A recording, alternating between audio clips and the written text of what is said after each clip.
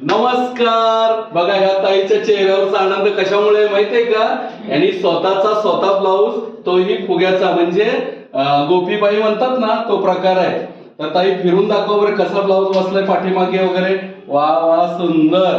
हे बघा किती छान. यांच्या चेहऱ्यावरचा जो हास्य आहे ना, हे स्वतः काम केलं त्याच्यात दिसून येतं. मला सांगा तुम्ही की हे स्वतः ब्लाऊज शिवलात, हो. शिवताना काय काय जाणवलं?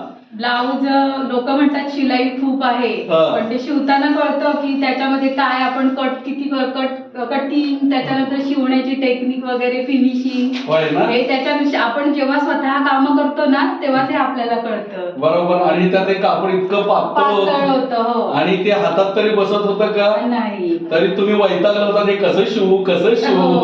पण तुम्हाला काय म्हटलं, नाही हे शिवायचं, आज ही सुरुवातच आहे आपली. बरोबर की नाही? पण आता तुम्ही स्वतःचं ब्लाऊज स्वतः परफेक्ट, जिथे शोल्डर वगैरे गळत नाही, काही नाही, है ना, परफेक्ट सगळं झालेलं आहे. बरोबर ना?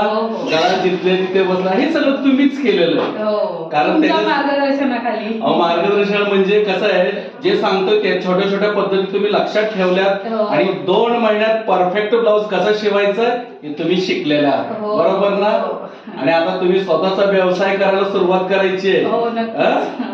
बघा किती आनंद होतोय ना, आपण आपलं काम केलं, किती छान. चला आता तुम्ही तुमचं पुढच्या मार्गाला सुरुवात करा.